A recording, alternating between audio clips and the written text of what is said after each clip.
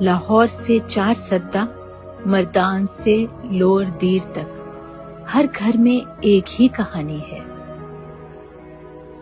یہ نورین خان ہیں، سابق وزیر اعظم پاکستان عمران خان کی بہن، بیرسٹر حسان نیازی کی والدہ۔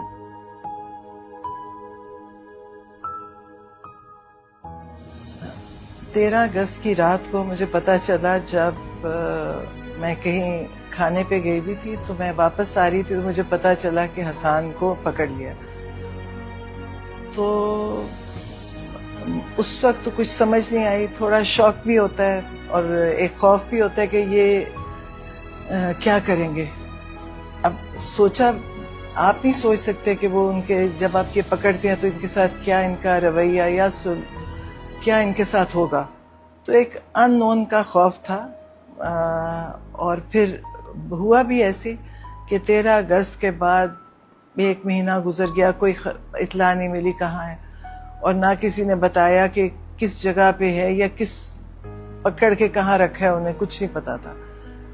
تو ایک دن میں نے بڑی اللہ سے دعا کی، میں نے کہا کچھ نہ تو پتا تو چل جائے کہ کہاں پہ ہے، کہ یہ پتا چل جائے کس جگہ پہ ہے یا کس کے پاس ہے یا کہاں انہوں نے رکھا ہوا ہے۔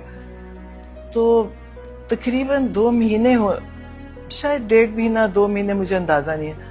تو ایک دن مجھے کوئی ملنے والے، انہوں نے کہا کہ ہم گئے تھے عباد فاروق کے بیٹے کے افسوس کے لیے، تو وہاں عباد فاروق تھا، تو اس نے بتایا کہ جس جگہ پہ وہ ہے اس جگہ پہ وہ حسان کو لے کر آئے ہیں۔ تو تھوڑی سی امید ہوئی کہ چلیں پتہ تو ہے کہ کہاں پہ ہیں یا لاہور میں ہی کہیں رکھا لے کر آئے۔ تو اس کے بعد پھر کوئی رابطہ نہیں تھا۔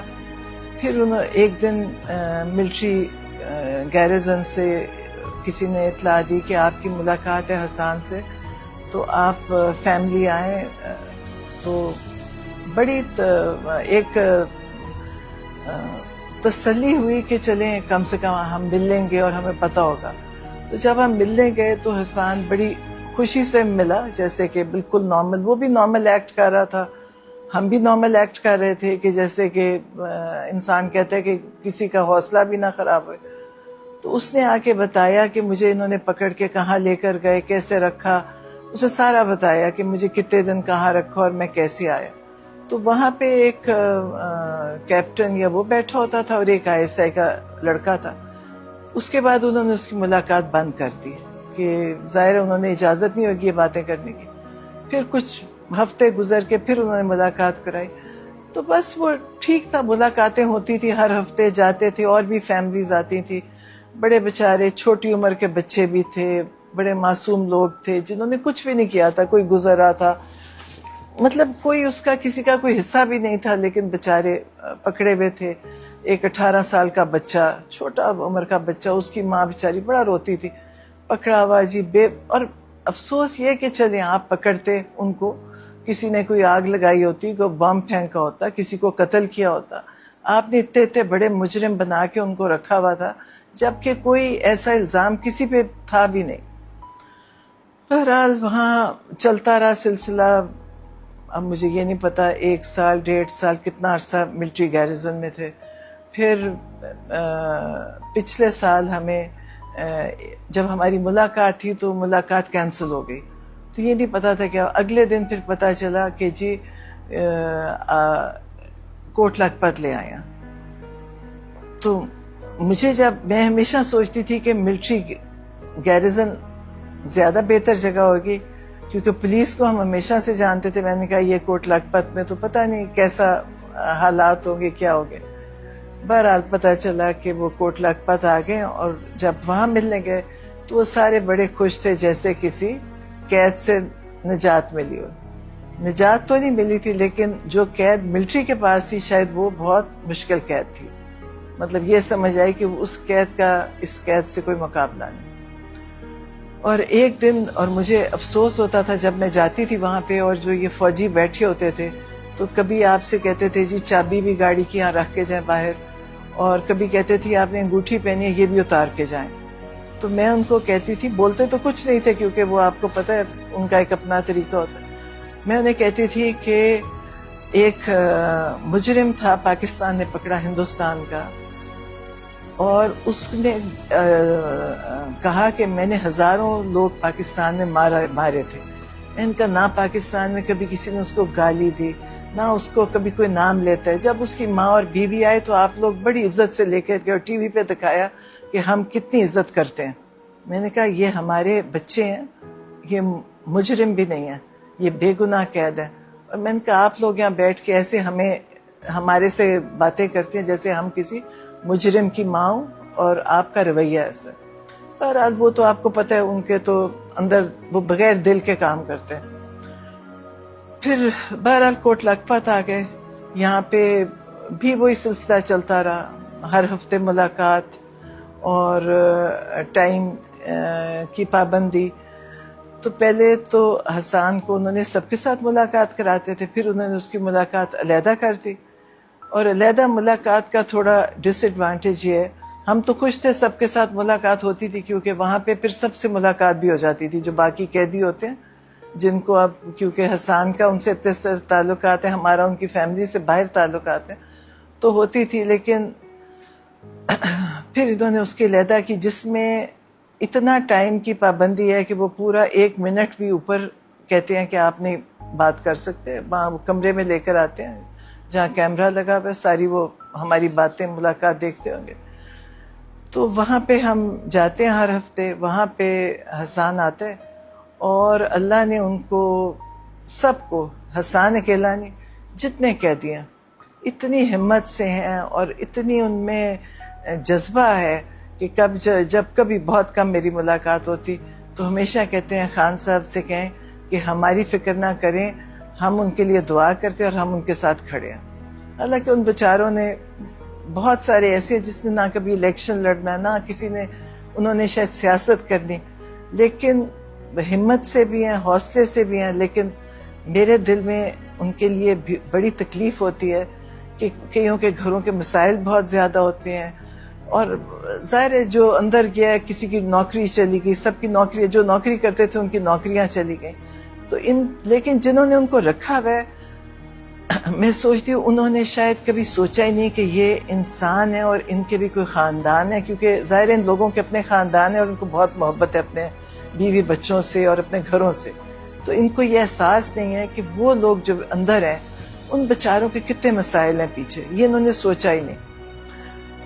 ایک بچہ ہے جس کا کوئی بھی نہیں ہے، ماں باپ بھی نہیں ہے، بھائی ہیں وہ بھی نہیں آتے اور کوئی بھی نہیں، لیکن باقی ساری جو اندر ہیں وہ ایک فیملی کی طرح اسے سمجھتے ہیں.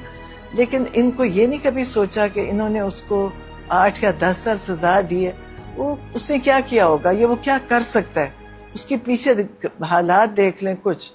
لیکن انہوں نے کچھ نہیں دیکھا. انہوں نے ہر ایک کو جو ظلم ہو سکتا تھا ان کے ساتھ وہ ان پہ ظلم بھی کیا، اور انہوں نے ان کو اتنی بڑی لمبی سزائیں بھی سنا دی جس میں یہ نہیں بتایا کہ ان کا جرم کیا ہے. اور سب سے بڑی یہ چیز ہے کہ کیونکہ یہ فوجیوں کے نیچے آتے ہیں تو فوج پتہ نہیں کس طرح ان کا کام چلتا ہے کہ انہوں نے سزائیں تو دے دی ان کو 10 سال، لیکن یہ نہیں بتایا جرم کیا تھا. اور دوسری بات یہ کہ نہ ان کے پاس رائٹ آف اپیل ہے، نہ ان کے پاس رائٹ آف بیل ہے. اب یہ وہاں بیٹھے ہیں، کچھ نہیں ہو رہا، کسی کو نہیں پتا کہ انہوں نے کب نکلنا ہے، یہ کیسے نکل سکتے ہیں، کسی کو نہیں پتا. لیکن جو دینے والے ہیں ان کو نہیں پتا کہ یہ سارا جو گناہ ہے، جو ان کی تکلیفیں ہیں، یہ ان کے اوپر اللہ نے دیکھیں ہم تو اب ان سے تو کوئی امید نہیں ہے. میں نہیں سمجھتی کہ میں سوچتی ہوں کہ ہم ان سے کوئی امید لگائیں، کسی جج سے یا کسی ان لوگوں سے جنہوں نے ان پہ یہ رکھا ہے یا پکڑا ہے. لیکن مجھے اللہ سے بڑی امید ہے، اور میں بار بار یہ کہتی ہوں، میں نے زندگی میں میری زندگی مجھے یاد میں نے کبھی کسی کو بد دعا دی ہو. میں بد دعا نہیں دیتی، لیکن میرے دل سے نکلتا ہے کہ اللہ تعالیٰ جو یہ ظلم کر رہے ہیں ہر ایک پہ، مطلب آپ کہیں چلے جائیں، ہم اڈیالہ جاتے ہیں، وہاں لوگ آتے ہیں، سب کے پاس کہانی ہے، ہر کوئی بار بار جیلوں میں جاتے ہیں، لے کے جاتے ہیں، مارتے ہیں، رکھتے ہیں، چھوڑتے ہیں، لیکن کسی کو نہیں پتا ہم کر کیوں رہے. ان کا خیال ہے کہ ہم ان لوگوں کو ڈرا رہے ہیں کہ یہ عمران خان کے نام پہ آتے ہیں، یہ عمران خان کے لیے نکلتے ہیں، یہ نکلیں گے نہیں. لیکن پہلی دفعہ شاید پاکستانی قوم اتنی دیر تک ایک مقصد پہ کھڑی ہے، وہ یہ تحریک ہے جو آج کل چل رہی ہے. اور میں یہ سوچتی ہوں کہ ان کو سوچنا چاہیے کہ دنیا تو سب کی ختم ہو جائے گی، لیکن اللہ تعالیٰ انسان کے ساتھ جو ظلم ہے اس کا حساب اللہ لیتا ہے، وہ معاف بھی نہیں ہوتا، کیونکہ جس پہ ظلم ہو رہا ہے وہ بھی نہیں معاف کرے گا اور اللہ تعالیٰ بھی نہیں کرے گا. پوچھتے تھے، حسان کا بھی پوچھتے تھے، باقی قیدیوں کا بھی پوچھتے تھے، اور بلکہ انہوں نے یہ بھی کہا ایک دفعہ کہ یہ جو بیچارے چھوٹی عمر کے بچے پکڑے، ان سے کہو اگر یہ ان کو سائن کرواتے ہیں تو یہ سائن کر کے نکل جائیں، مطلب کیا ضرورت ہے کوئی سٹینڈ لینے کی.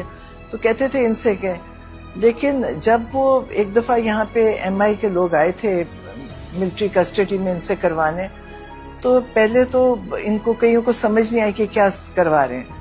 تو جب انہوں نے دیکھا کہ باقی سب نہیں کر رہے تو ان بچوں نے، ان کی فیملیز نے کہا ہم بھی نہیں کریں گے سائن.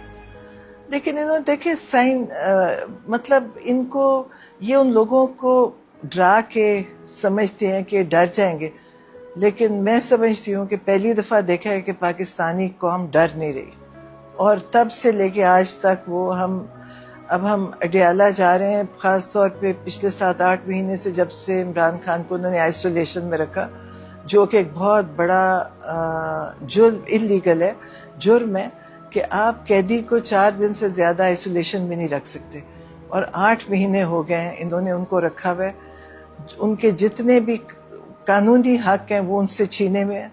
ان کو نہ پتہ ہے کہ باہر کیا ہو رہا ہے، نہ ان کو اندر جو کسی کو بات کرنے کی ان سے اجازت ہے. تو یہ شاید ظلم کبھی پاکستان کی تاریخ میں نہیں ہوا جو عمران خان کے ساتھ ہو رہا ہے. جن ماؤں کے بیٹے ناحق پابند اصلاح سے لے کے ان ماؤں کو آپ کیا پیغام دیں گے؟ میں تو سوچتی ہوں کہ مائیں بڑی بہادر ہیں، وہ آتی ہیں، ملتی ہیں ہمارے سے. آج تک کسی نے شکایت نہیں کی، آج تک کسی نے نہیں کہا کہ جی ہم، وہ بھی آ کے عمران خان کا پوچھتی ہیں، دعائیں دیتی ہیں. لیکن بڑی قربانی ہے ان لوگوں کی، بہت، یہ لوگ سب قربانی دے رہے ہیں، کیونکہ ہر ایک کے گھر میں بڑے مسائل ہوتے ہیں، اور جو بھی گھر میں کمانے والا ہوتا ہے وہ چلا جائے، یا کسی بچوں کا باپ، یا گھروں میں کتنی چیزیں ہوتی ہیں. تو اور پھر سب سے بڑی جو ملٹری والے ہیں نا، ان کو پر کوئی رعایت نہیں ہے، ان کے اوپر اتنی سختی ہے کہ ایک بچہ بیچارہ ملٹری کسٹڈی کا تھا پشاور میں، اس بیچارے کی ماں فوت ہو گئی. آپ سوچیں انہوں نے اس کو جانے نہیں دیا، وہ جب پہنچا جب ماں کو دفنا دیا. 19 سال کا بچہ، FSC کا اسٹوڈنٹ. میں تو سوچتی ہوں یہ اتنے بے رحم لوگ ہیں. ہم باتیں کرتے ہیں جی فلسطین پہ ظلم ہو رہا ہے ادھر، لیکن یہ بھی کوئی کسی سے کم نہیں ہے. انہوں نے بڑے ظلم کیا ہے. ان چھوٹی عمر کے بچے، ان کی پڑھائیاں ختم ہو گئی، ان کو فرق نہیں پڑا. ان کو پتا تھا، پہلے تو سنتے تھے کہ جیل میں بھی لوگ ان کو پڑھنے دیتے ہیں اور امتحان دلا دیتے ہیں، لیکن پہلی دفعہ دیکھا ہے کہ سب کے پڑھائی ختم ہو گئی، انہوں نے ان کو پڑھنے نہیں دیا، امتحان نہیں دینے دیے. تو بس یہ سب مطلب یہ شاید پتہ نہیں پاکستان میں پہلے کیا ہوتا تھا، لیکن جو اب ہو رہا ہے میرے خیال میں کوئی شاید تاریخ جب لکھی جائے گی تو یہ بہت ہی برا وقت ہوئے گا. جو قانون نافذ کرنے والے ہیں اور جو قانون کو مطلب